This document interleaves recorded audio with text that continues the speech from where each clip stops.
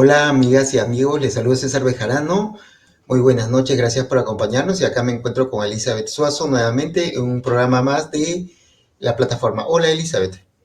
Hola César, ¿cómo estás? Buenas noches a vos y a nuestra querida audiencia. ¿Cómo estás, César? ¿Todo bien? Muy bien acá, con las alternancias del clima, ¿no? Tenemos ya un poco tibio en el día, pero en la noche todavía es bastante frío. Así Bueno, mismo. hoy día tenemos un tema muy interesante en realidad, ¿no? Así es que, a ver, vamos a hablar sobre los historiales crediticios Ujú. y qué cosas hay ahí, ¿no? Qué cadenas vamos a poder encontrar seguramente en el camino. Y bueno, empezamos, Eli. Así mismo, César. A mí me pareció muy pertinente tocar este tema por los tiempos que estamos viviendo, ¿verdad? Tiempos de inflación, tiempos de repente un poco de escasez, en que los precios están por las nubes, los salarios no suben al mismo ritmo, en que sube la inflación. Entonces, me pareció pertinente tocar un poquito el tema del historial crediticio, porque actualmente, vamos a llamarle esta herramienta, se volvió en una herramienta un tanto arbitraria y hasta diría yo esclavizante. ¿Por qué? Porque es una herramienta que en su mayoría las entidades financieras y hasta los puestos de trabajo utilizan para determinar la calidad de persona que sos, ¿verdad? Si tu historial crediticio no es bueno, entonces re- se toma como que refleja por vos como que no sos una persona confiable, vamos a decir. Y si tenés un historial crediticio bueno, entonces, bueno, quiere decir que sos una persona responsable con tus finanzas y que bueno, que sos digna de ese puesto laboral o de ese préstamo para comprar tu vehículo, comprarte tu casa, un préstamo estudiantil, etcétera. Em, y aparentemente mirándolo así de afuera, no hay nada de malo en eso, ¿verdad? Porque las entidades financieras tienen al final de cuentas que determinar, necesitan alguna manera de determinar qué tipo de consumidor somos, ¿verdad? Entonces, como fachada, ¿verdad? Todo bien, ¿verdad? No, aparentemente no hay nada malo.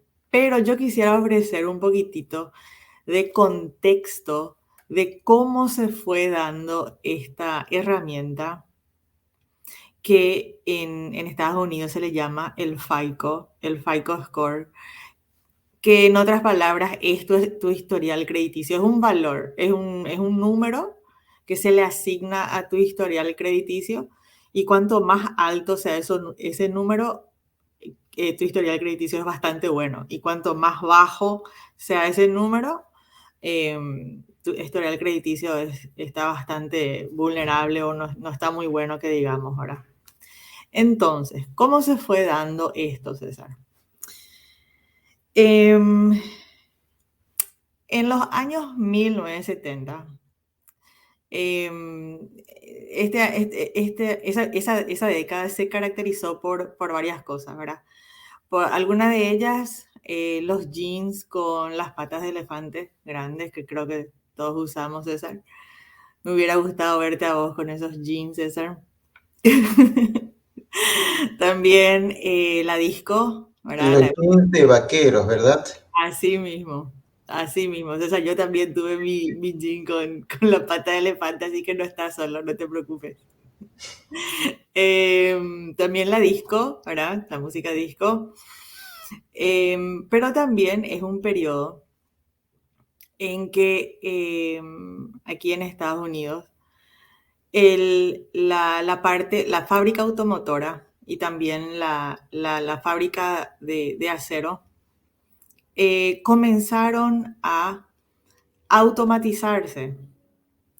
Y al automatizar estas fuentes de trabajo que proveían, por cierto, mucho trabajo, mucha gente, mucha mano de obra era parte de estas industrias. Al automatizarse, ¿qué ocurrió? Que estos puestos, lo que quedaba, fueron outsourced. Outsourced quiere decir cuando vos envías eh, el trabajo de ese país, envías a otro país y haces eso en búsqueda de mano de obra barata, ¿verdad? Generalmente los trabajos van a Vietnam, a Camboya, van a Indonesia, Malasia. ¿Por qué? Porque la mano de obra es barata y necesitamos mano de obra barata para que lo que nosotros consumimos acá también nos salga barato. Entonces, eso es relevante. ¿Por qué es relevante? Porque estoy leyendo nomás mis notas acá, César, porque no me quiero perder de nada, porque tengo todo anotado. Eso es relevante porque em, porque al enviar los trabajos a estos países, em, se fueron acortando en un 30% en 1955, se fueron acortando los trabajos disponibles. Luego, otro 22% continuó bajando los puestos laborales en esas industrias automotoras y de acero. Y para 1985, otro 19% continuó bajando, ¿verdad? Para el 2005, esas industrias solamente empleaban al 10% de la fuerza laboral, para que tengas una idea. Em, ¿Por qué eso es relevante? Porque al haber esa fuerza laboral aún se quedó acá. El trabajo se fue, pero la fuerza laboral, la mano de obra acá continuaba y esta gente tenía igualmente que hacer algo y esta gente percibía buenos salarios, percibía buenos beneficios, percibían una buena pensión, que es lo que uno utiliza cuando se jubila, pero ya al no tener estos trabajos, entonces tuvieron que buscar otro trabajo, tenían que sobrevivir, tenían que buscar entonces otro trabajo, lo que dio paso al crecimiento del sector de servicios. Entonces, esta gente que antes trabajaba en las fábricas automotoras o fábricas de acero, entonces comenzaron a ser empleados en lugares como, darte un ejemplo, en lugares como McDonald's o como Walmart. Walmart para la audiencia, para el segmento de la audiencia que no sabe qué es Walmart, Walmart vendría a ser la competencia de Amazon. Es una compañía muy grande, multinacional, que vende todo lo que te podés imaginar. A todo aquello, César, que vos le podés poner precio, Walmart vende. Todo, absolutamente todo vende Walmart, ¿verdad? Es la competencia de Amazon, en otras palabras. Así como Amazon vende de todo, Walmart vende de todo. Pero ¿qué sucede? Que compañías como Walmart y como McDonald's no pagaban el, el mismo nivel de salario que las automotrices y las fábricas de acero pagaban. No pagaban igual, pagaban menos. Tampoco proveían servicios, o mejor dicho, beneficios, como ser las pensiones y otro tipo de beneficios, ¿verdad? Que los empleados percibían por parte de de estas industrias, ¿verdad? Automotriz y de acero, ¿verdad? No percibían. Entonces se vio una baja total de su salario, de su entrada de salario, ¿verdad? Entonces, mientras que eso estaba pasando, en la política americana también se estaba, vamos a decir, mermando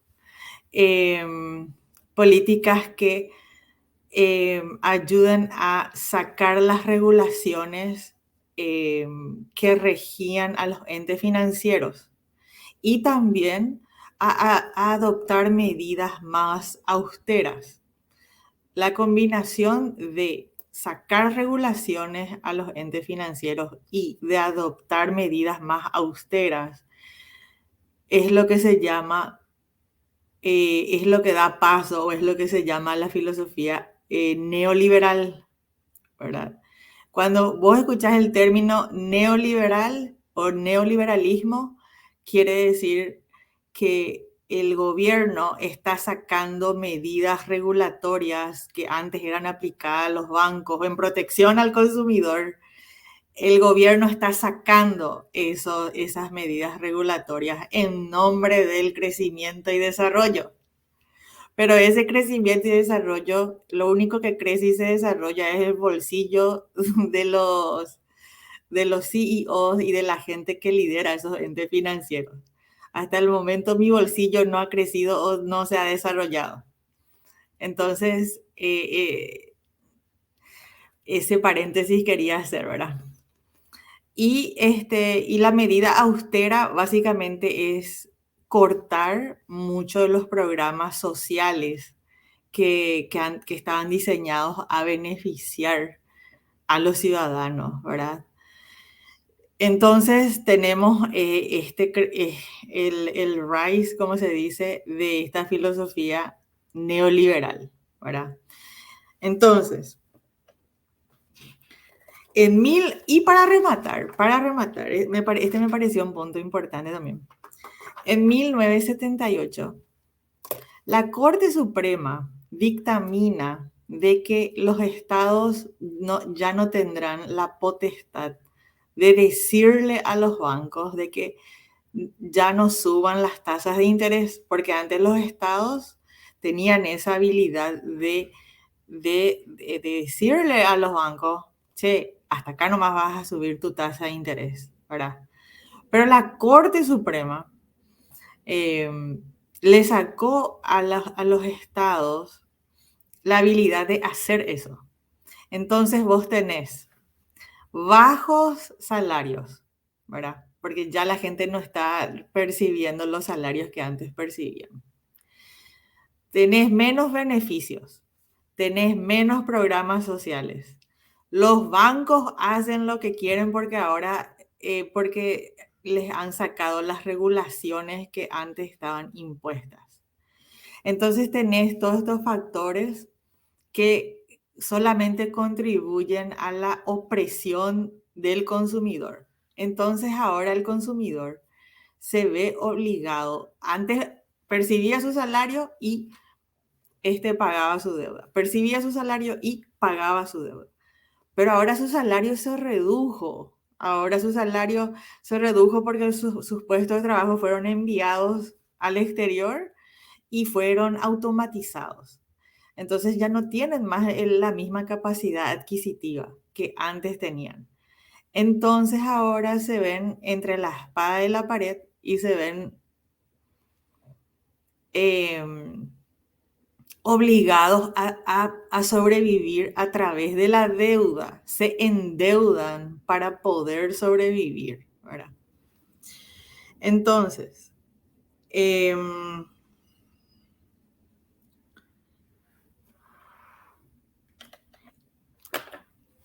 1980, los bancos empiezan a darse cuenta de que hay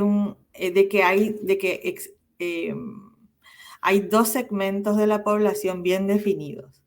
Está el segmento que tiene su ingreso y paga su deuda. Tipo nosotros, César.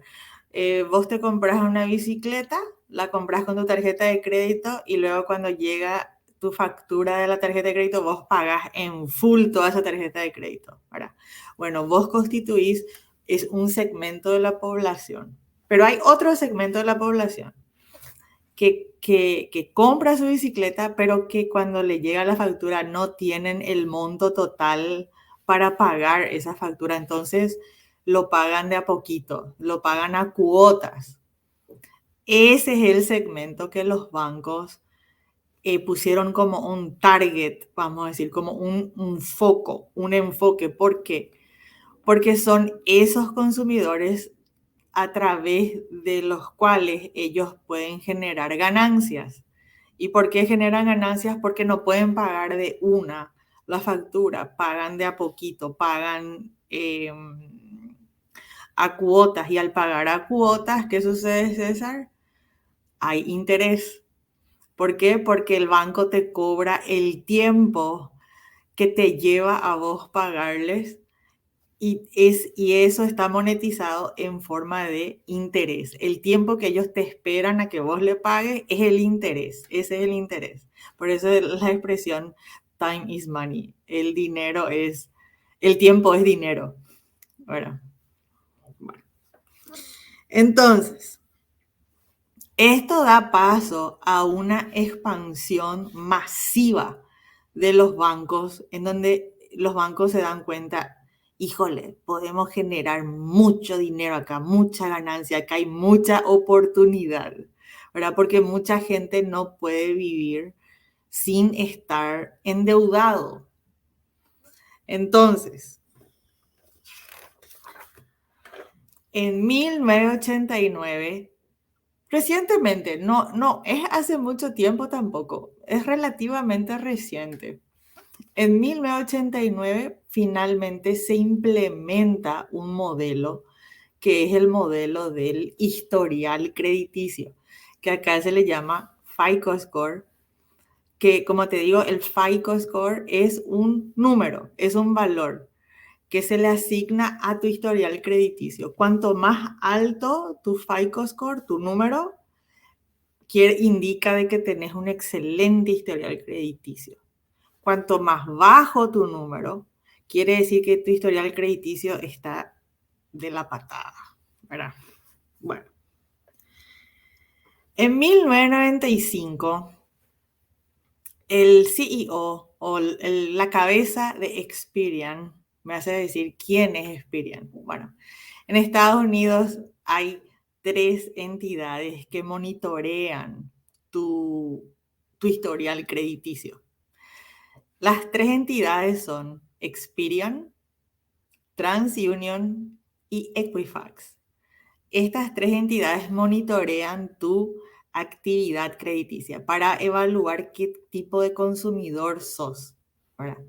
Pero de estas 3 entidades, Experian es vamos a decirle, es la que más se usa. Y el CEO, hay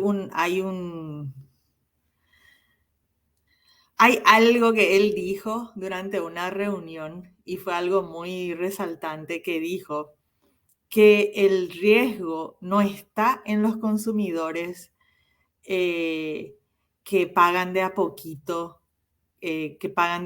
su deuda. El riesgo está en los consumidores que pagan su deuda en forma total, o sea, en vos, César, vos sos un riesgo. ¿Por qué sos un riesgo?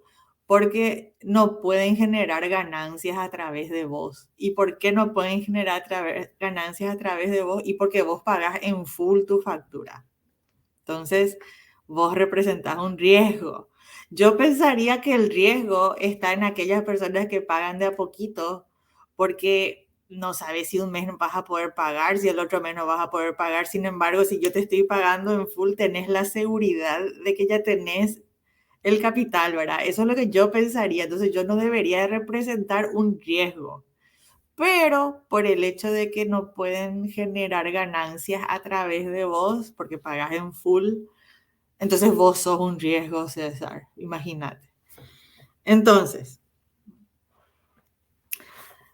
esta práctica de discernir cuál consumidor representa un riesgo y cuál consumidor no representa un riesgo, es una práctica que todos los bancos adoptaron, obviamente. Pero hay un banco en particular que hizo tapa de noticias y no sé si esto llegó a Perú. Este banco se llama Wells Fargo. No sé si es un banco que se conoce en Perú, pero aquí es un banco bastante conocido ahora. ¿Por qué Wells Fargo hizo tapa de noticia? Hizo tapa de noticia porque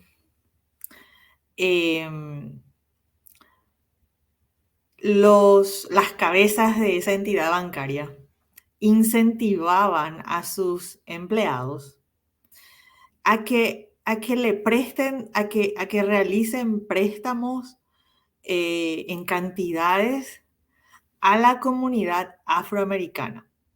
¿Y por qué esto es relevante, César? Porque es de público conocimiento que la comunidad afroamericana es una comunidad, y por cuestiones históricas me atrevo a decir, es una comunidad muy vulnerable. Es una comunidad que no tiene el poder adquisitivo como lo tienen otras comunidades, ¿verdad? Y acá tiene que ver mucho la parte histórica, mucho la parte política. Es un poco complejo, pero bueno, para no irme por esas ramas, me voy a seguir enfocando en lo que hacían los bancos, Wells Fargo en particular. Entonces, este banco le otorgaba préstamos a esta comunidad afroamericana, le daba dinero, le daba, ¿verdad? A altas tasas de interés. Le daba préstamo con altas tasas de interés, pese a que muchas de estas personas que conforman parte de esta comunidad no podían pagar. No podían pagar, no, o sea, si uno realizaba un análisis sobre cuánto dinero te entra, cuánto dinero debes, a ver si podés calificar para este préstamo, lo más probable es que ese análisis indique que no califica para ese préstamo porque debe más de lo que le entra. Entonces, pero no, todo ese análisis se fue fuera de la ventana, César. No importa, yo necesito generar dinero y necesito, ¿verdad? Valerme de vos. Entonces, esos préstamos que fueron otorgados a esta comunidad no fue realmente con el fin de ayudarle a la comunidad, fue con el fin de beneficiarse a través de esta comunidad, de generar ganancias. El banco no le importa cómo vos vivas. Al banco lo que le importa es generar ganancias. Bueno, entonces, el, el historial crediticio el FICO Score, se convirtió más bien no en una herramienta que hable de tu salud financiera, sino se convirtió en una herramienta, vamos a decir, hasta predatoria, porque eh,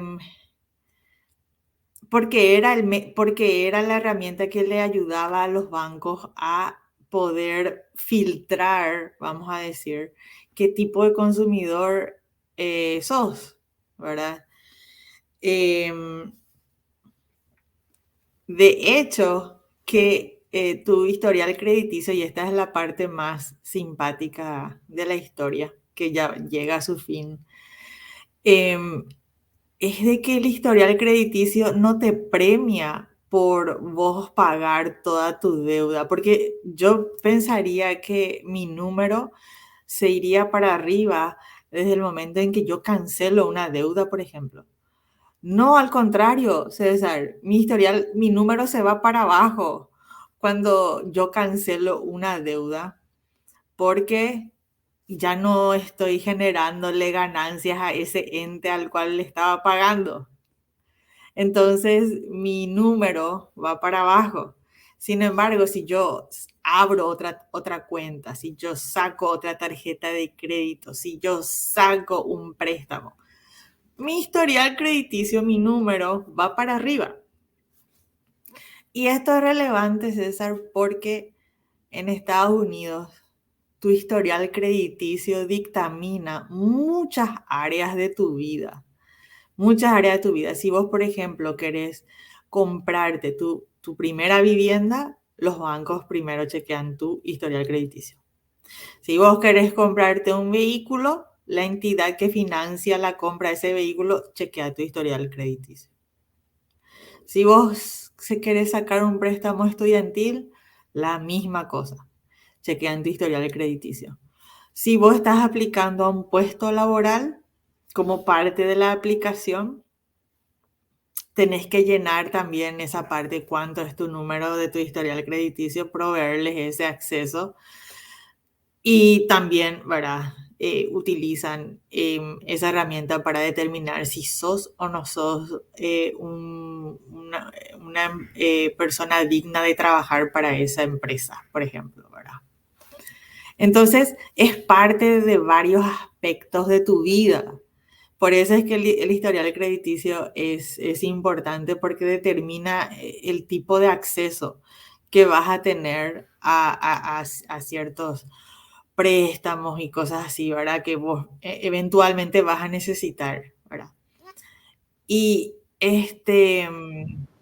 y nada, te mantiene, como te digo, César, prácticamente para tener un buen historial crediticio, básicamente tenés que estar en deuda constantemente y es tipo una esclavitud más o menos que se Ujú, genera, ¿verdad? Es una esclavitud y todos sabemos qué ocurrió con la pandemia, justamente por tener este modelo de economía basada en el consumo. ¿Qué ocurrió con la pandemia? Que la gente dejó de consumir, ¿verdad? Porque estábamos todos encerrados en nuestra casa, no había tanto movimiento, tanto flujo de dinero de aquí para allá, no había entrada, salida, hubo un paro total, hubo, ¿verdad?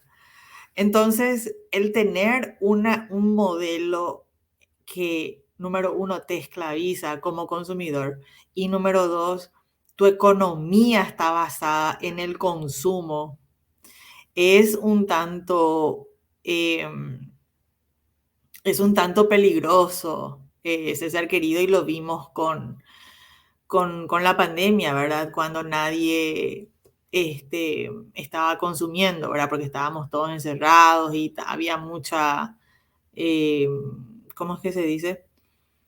Mucha incertidumbre. Entonces la gente como que no quería gastar mucho al principio porque había incertidumbre, había mucha inseguridad, mucha incertidumbre. eh, y bueno, entonces la gente un poquito atajó su dinerito, ¿verdad? Entonces, eso, César, es lo que quería compartir un poquito de este modelo que para mí es un fraude porque está exclusivamente diseñado a generarle ganancias a los bancos, pero no está diseñado a ayudarle al consumidor. wow, bueno, primero felicitarte por toda la información que has investigado y que estás compartiendo con nosotros. Me quedan algunas preguntas al aire. Primero, saber cuál es el hábito del ciudadano estadounidense. Me refiero a si pagan en efectivo, si pagan con tarjeta de débito o si pagan con tarjeta de crédito. Aunque me imagino que me vas a decir la tercera opción. Es la tercera opción, César. Aquí todo se maneja con tarjeta de crédito. Todo, todo. Muy poco se usa el efectivo, en realidad. Muy poco. De repente uso el efectivo. Siempre tengo en mi bolsillo un poquito de efectivo. Ahora, no tengo mucho efectivo, pero tengo un poquito porque hay veces que hay comercios que no sé, que su cajero no anda, por ejemplo, y que bueno, te dice cash only, o sea, solamente efectivo. Y bueno, y si me quiero comprar un vinito y justo mi bodega o la licorería o lo que fuera, justo su cajero no anda, entonces tengo que pasarle el efectivo, ¿verdad? Pero de otra manera todo es con tarjeta de crédito. Es una economía totalmente tarjeteada. Bueno, ahora entiendo por qué en Estados Unidos las tasas de interés son bastante bajas en comparación con el resto de países, ¿no? Sobre todo hablando de América Latina. Acá en el Perú, me parece que estamos más o menos por el 80-90% de interés, ¿no? Y ese es altísimo en realidad. Es súper alto. Wow. Claro, hay por supuesto algunas condiciones, facilidades, en el sentido que, como tú mencionas, el historial crediticio te puede bajar la tasa por el alto consumo que has tenido y por el cumplimiento puntual, ¿no? en el pago, ¿no? Exacto. Pero por supuesto, al final, si nosotros, los consumidores, fuéramos conscientes, nos daríamos cuenta que estamos realmente esclavizados, porque pagamos por un producto que lo terminamos de pagar en 2, 3 años a veces, y muchas veces eh, nos podríamos comprar con ese dinero hasta 3 o 4 productos, ¿no? Exacto. Y no somos conscientes de eso.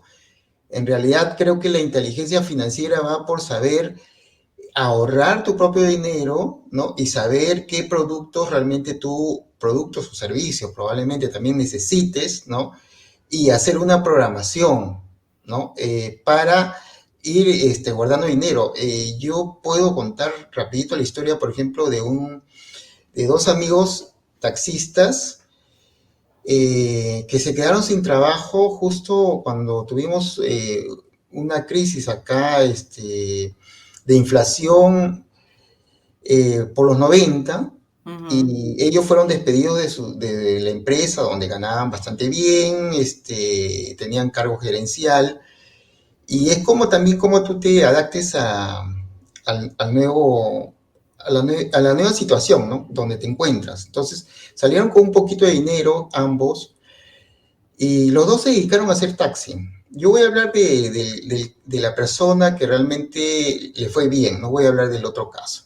Esta persona, este amigo en realidad, lo que hizo fue, con el vehículo que le había prestado su suegro, lo que él hacía era como pagar un alquiler del vehículo. Entonces él guardaba dinero de todas maneras como si él estuviera pagando un alquiler del vehículo. Todos los días guardaba, creo que 30 soles, o sea, como $10. Ujú. Pasado un tiempo, él llegó a juntar más o menos un 50, 60% creo del dinero necesario para comprarse su vehículo. Y lo que hizo fue ir al banco, averiguar cuál era la cuota mínima inicial, ¿no? Y después negociar con ese interés con todos los bancos. Pero de ahí hizo otra jugada inteligente, que fue decir, bueno, yo tengo más del 50% y ¿a cuánto no me van a dar? Entonces, obviamente consigue una tasa menor en un plazo menor, él terminó de pagar, y de ahí se compró otro vehículo para alquilarlo a uno de sus amigos que había hecho en este nuevo negocio, ¿no? En esta nueva aventura de hacer servicio de taxi. Y al final, bueno, él tiene 8 taxis, le va súper bien, mira, ha pasado un montón de años, de los 90 te hablo, ha sabido utilizar su dinero. El detalle es que solamente una vez utilizó el banco. Después todo, las compras, las hacía al cash, o sea, dinero en efectivo, ¿no? Y por supuesto, él decía pues que se liberaba de toda carga y tenía un dinero reservado por un tema de que obviamente nadie está libre de un accidente al vehículo, él inclusive aseguraba el vehículo por tipo de siniestro de robos, etcétera, ¿no? Pero siempre tenía la provisión. Y su vehículo, él tenía la costumbre de siempre pagar el alquiler. Y ese alquiler lo guardaba para el mantenimiento del vehículo. O sea que siempre tenía un dinero para cubrir cualquier contingencia, ¿no? Entonces, Exacto.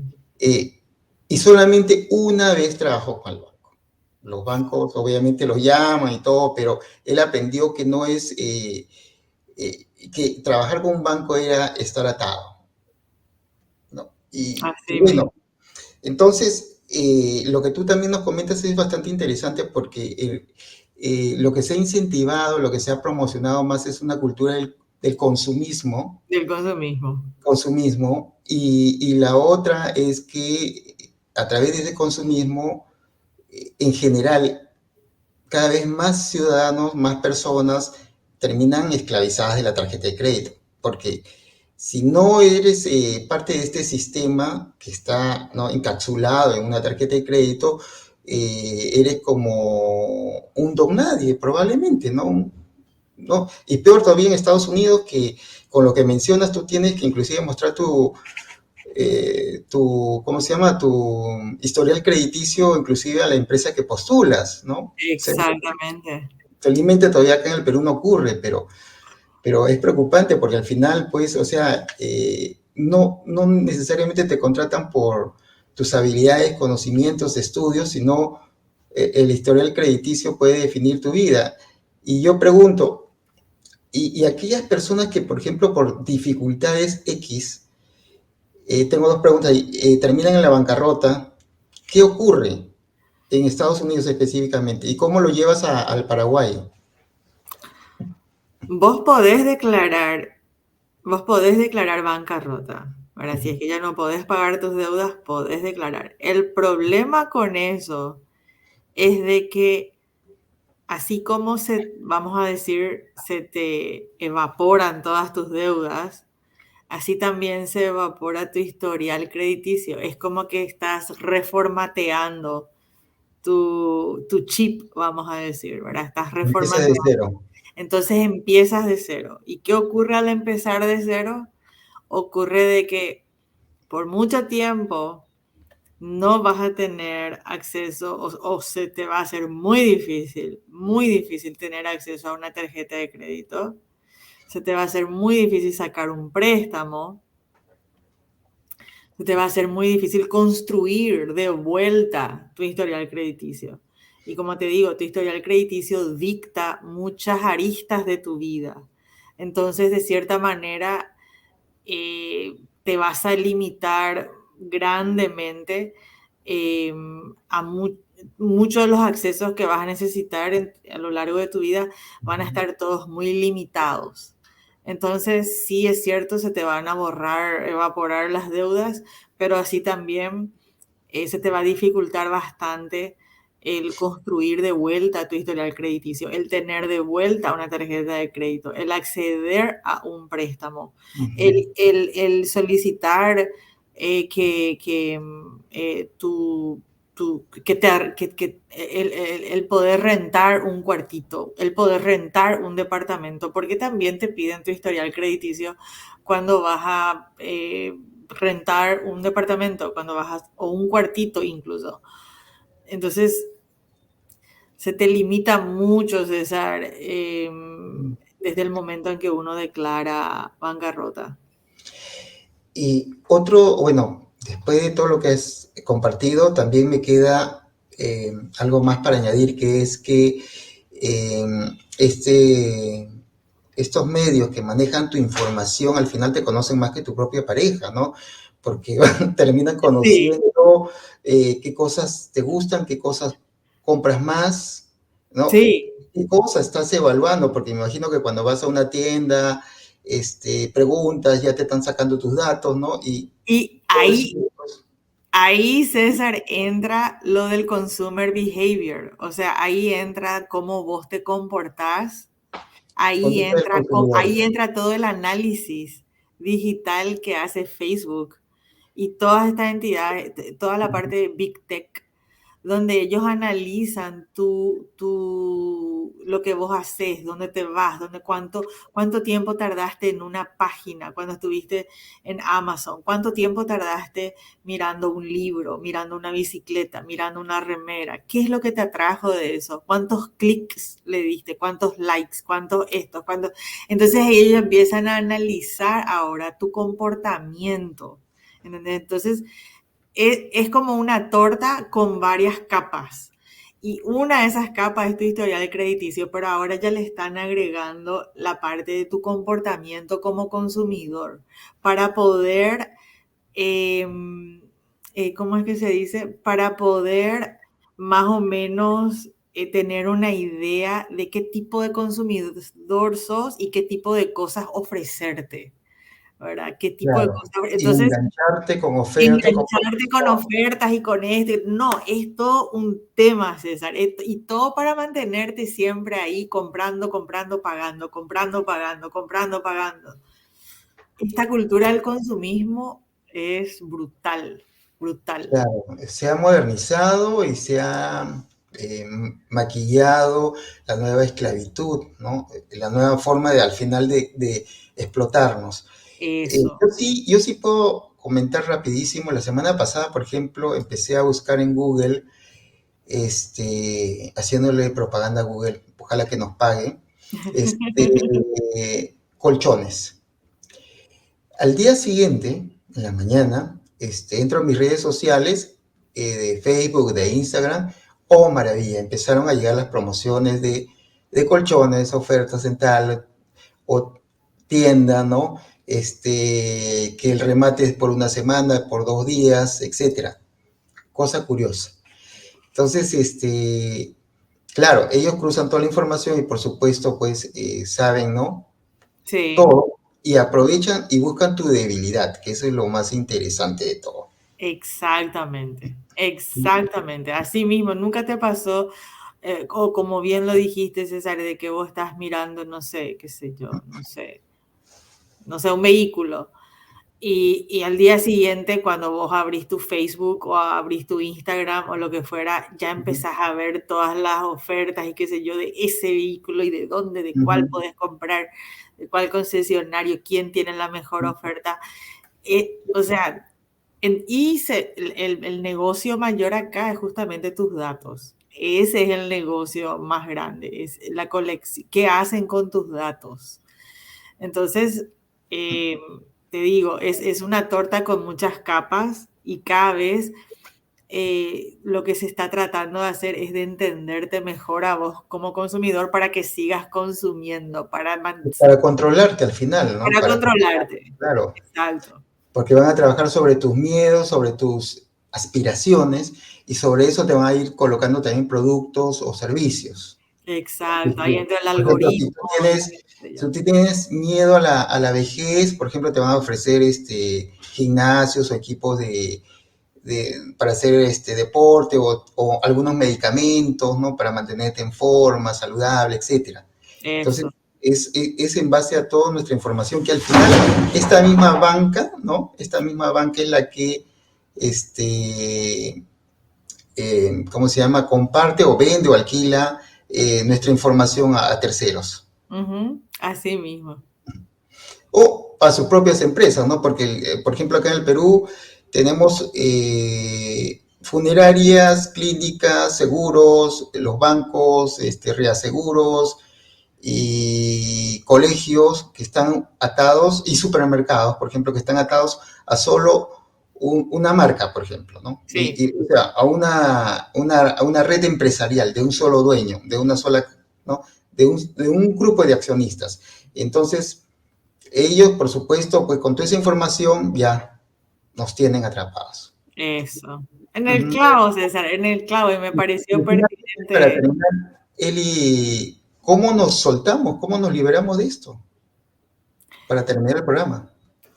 Porque tiene una Yo, manera, tenemos que encontrar una manera de romper las cadenas. claro, no, no, no, claro que sí. Yo creo que justamente creando conciencia, número uno, de lo que está pasando, de justamente estas cadenas, como vos decís, César, que la tenemos, no, capaz no de forma física, pero sí en esta era digital tenemos estas cadenas y bueno,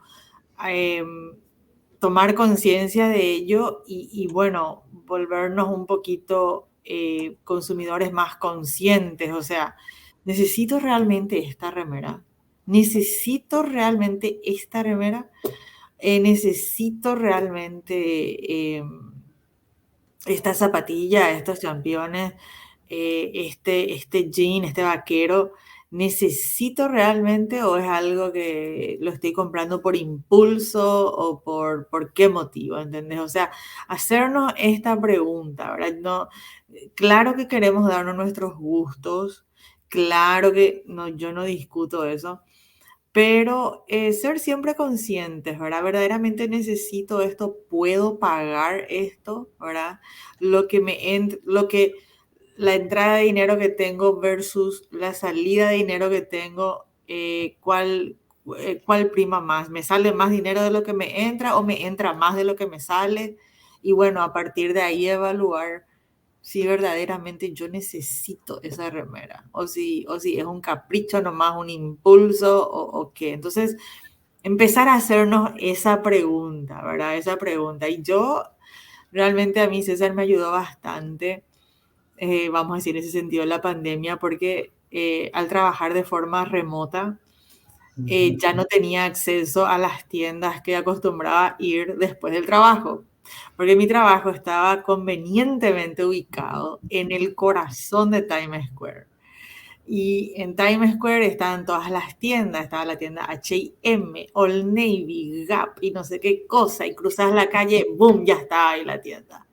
Entonces, al trabajar de forma remota, que es donde yo, desde mi casa, no tengo acceso a todas esas tiendas, necesariamente tengo que viajar hasta la ciudad para, y es toda una flojera hacer eso, ¿verdad? Es una flojera hacer eso. Entonces, en ese sentido me ayudó bastante a reducir mi consumo, a ahorrar más y a hacer compras más inteligentes.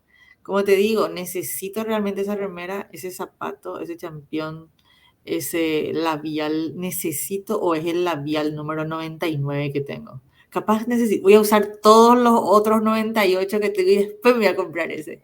Cosas así, ¿entendés? Siempre estar evaluando y como te digo, preguntándote si lo que estás gastando vale la pena. Si realmente vale la pena, si es que, eh, si es que te entra más de lo que te sale o si es que te sale más de lo que te entra, ¿verdad? Estar constantemente evaluando eso, César, ser un poco más consumidores más conscientes, ¿verdad? Para romper un poquitito esta cadena viciosa de consumo que tenemos, porque vivimos en un sistema diseñado por el consumo, tenemos una economía consumidora, ¿entendés? Nuestra economía está basada en el consumo. Entonces, volvámonos consumidores más inteligentes, más conscientes. Esa sería mi recomendación a la audiencia, César. Muchas gracias, Elizabeth. Bueno, amigos, les agradecemos por habernos acompañado el día de hoy y nos vemos la próxima semana.